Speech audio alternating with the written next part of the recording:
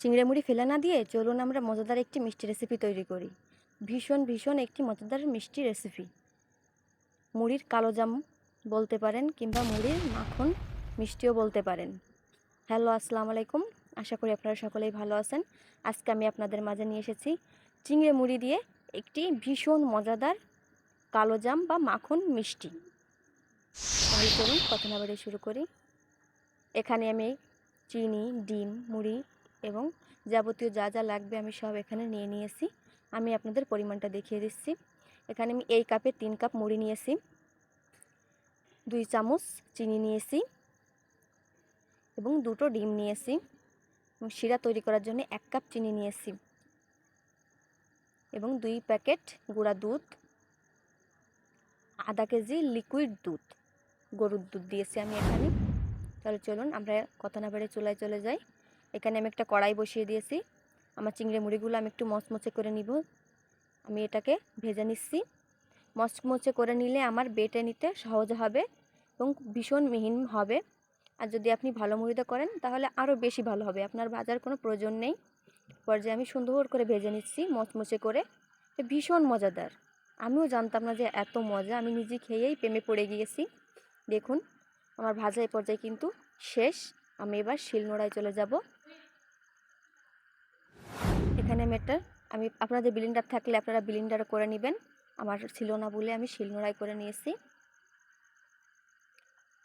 এটাকে আমি বেটে নিচ্ছি। এটা একবার ট্রাই করে দেখবেন, খুবই ভালো লাগবে। আর বাচ্চাদের জন্য সবচাইতে বেস্ট এই জিনিসটা, কারণ কোনো রকম কেমিক্যাল ছাড়া তৈরি করা বা কোনো রকমের ফুড কালার বা কোনো রকম বাজে জিনিস ছাড়া এটা তৈরি করা। বাচ্চাদের জন্য খুবই ভালো একটা খাবার বা ডেজার্ট বলতে পারেন। বাচ্চারা খুবই পছন্দ করবে এই জিনিসটা। এ পর্যায়ে দেখুন আমার কিন্তু বেটে নেওয়া হয়ে গিয়েছে। কতটা মিহিন করে বেটে নিয়েছি। এ পর্যায়ে আমি তুলে নিব। এটা তৈরি করতে আহামরি সময়ও বেশি লাগে না।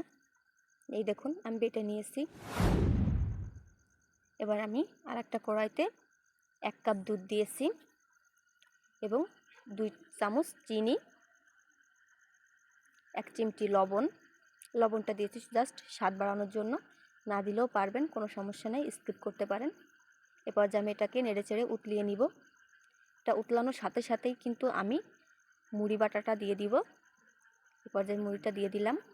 এবার এটাকে লো আঁচে সুন্দর করে নেড়েচেড়ে রান্না করে নিতে হবে। জাল কিন্তু একেবারে জোরে রাখবেন না, তাতে করে পুড়ে যাবে।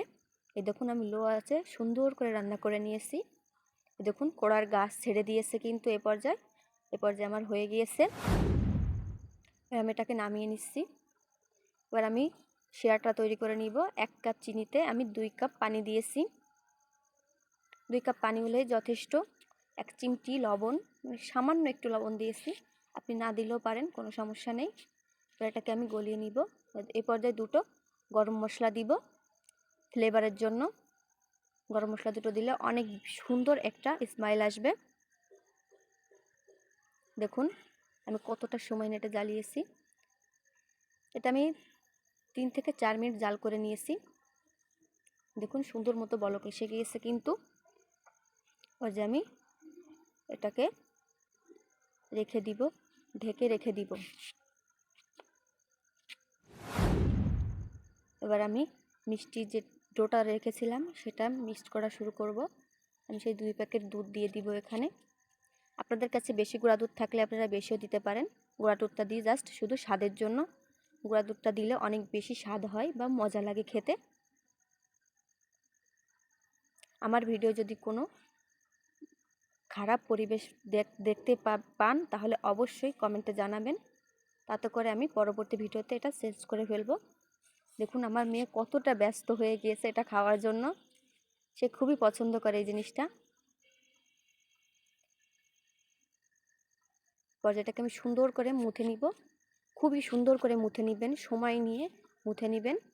আমি কিন্তু এখানে 2 টেবিল চামচ পরিমাণ তেল দিয়েছি, আপনারা ঘিও দিতে পারেন, কোনো সমস্যা নেই। এবার আমি ডিমটা ভেঙে দিয়েছি। সুন্দর করে মুথে নিব। এবার 1 টেবিল চামচ পরিমাণ বা 1 চামচ পরিমাণ আমি বেকিং সোটা বা খার সোটা দিয়েছি, আপনারা যেটা হোক একটা দিতে পারেন। আমি এখানে খার সোটা দিয়েছি। আমি আরও একটা ডিম ভেঙে দিব। এটাকেও সুন্দর করে মিক্সড করে নিব।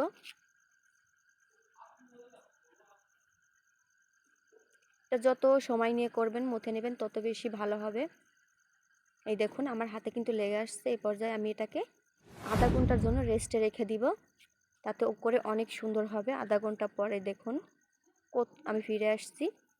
দেখুন একেবারে কিন্তু টেনে গিয়েছে, ডোটা কিন্তু অনেকটাই শক্ত হয়ে গিয়েছে। পর্যায়ে আমি 2 হাতের তালুতে তেল লাগিয়ে নিয়েছি, আপনারা ঘিও লাগিয়ে নিতে পারেন। আর যে প্লেটটায় রাখবো সেটাও তেল লাগিয়ে নিয়েছি, যাতে করে মিষ্টিগুলো লেগে না যায়। এবার যে আমি সুন্দর বেশ খানিকটা নিয়েছি, নিয়ে আমি গোল করে হাতের তালুতে দিয়েই লম্বা করে শেপ নিয়ে নিব।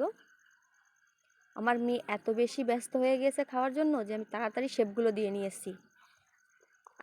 আপনারা চাইলে এখানে গোল শেপও দিতে পারেন, কিন্তু আমি এখানে মাখন মিষ্টি তৈরি করব বলে লম্বা শেপ দিয়েছি।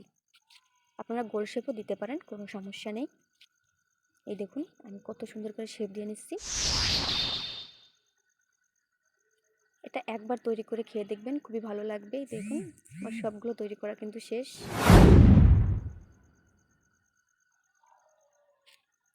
আর যে আমি একটা কড়াই নিয়েছি, কড়াইতে আমি তেল দিয়ে দিলাম। তেলটাকে কোনো রকমে হালকা গরম করেই জালটা লোতে রেখে আমি মিষ্টিগুলো দিয়ে দিব।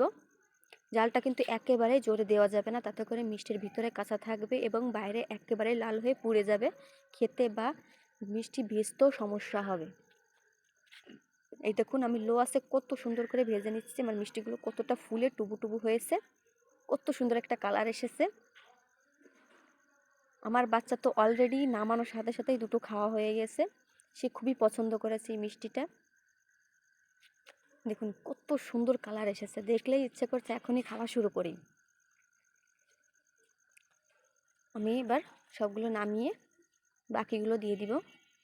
আমি সবগুলো মিষ্টি একসঙ্গে দিইনি, আমি অল্প অল্প করে দিয়েছি। আপনারা চাইলে সবগুলো একসাথে দিতে পারেন।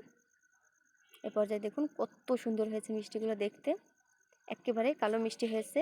কালারটা খুবই সুন্দর আসছে আমার মিষ্টির, ভীষণ ভীষণ মজা এই মিষ্টিগুলো। একবার ট্রাই করে দেখবেন, খুব খুব ভালো লাগবে। এ পর্যায়ে আমি শিরাটা একটু কুসুম গরম করে নিব। একটু গরম নেই, এ পর্যায়ে আমি একটু কুসুম গরম করে নিব। দেখুন একটু জাল উঠে গেলেই আমি জালটা অফ করে দিব। আমি গরম মশলাগুলো ফেলে দিচ্ছি, কারণ এর ফ্লেভারটা অলরেডি শিরায় চলে এসেছে, আর কোনো প্রয়োজন নেই এটার। এই দেখুন কোনো রকম জাল ওঠার সাথে সাথে আমি জালটা অফ করে মিষ্টিগুলো দিয়ে দিচ্ছি। মিষ্টিগুলো দিয়ে এখানে আমি আধা ঘন্টা বা 2 ঘন্টার জন্য দিলে সবচেয়ে বেশি ভালো হয়, তাতে করে রসটা পুরো খেয়ে নিবে। আধা ঘন্টার জন্য দিলে একেবারেই ভালো হবে না। আমি এখানে 2 ঘন্টার জন্য রেস্টে রেখে দিব। আমি এখানে 2 ঘন্টার জন্য এটা রেস্টে রেখে দিলাম। এ পর্যায়ে আমি আর একটা কড়াই নিব এখানে ক্ষীর তৈরি করার জন্য, কারণ আমি এটা মাখন মিষ্টি তৈরি করছি। এখানে আমি 1 কাপ দুধের মধ্যে কিছুটা গুড় দিয়েছি। গুড়টাকে জাল উঠে গেলেই আমি এখানে কিছু মুড়ি রেখে দিয়েছিলাম আটা মুড়ি থেকে, সেই মুড়িটা দিয়ে দিয়েছি। এখানে আমি 4 টেবিল চামচ পরিমাণ মুড়ি দিয়েছি এবং 2 টেবিল চামচ পরিমাণ গুড় দিয়েছি, এর থেকে বেশি আমি দিইনি এখানে। এটাকে সুন্দর করে রান্না করে নিব।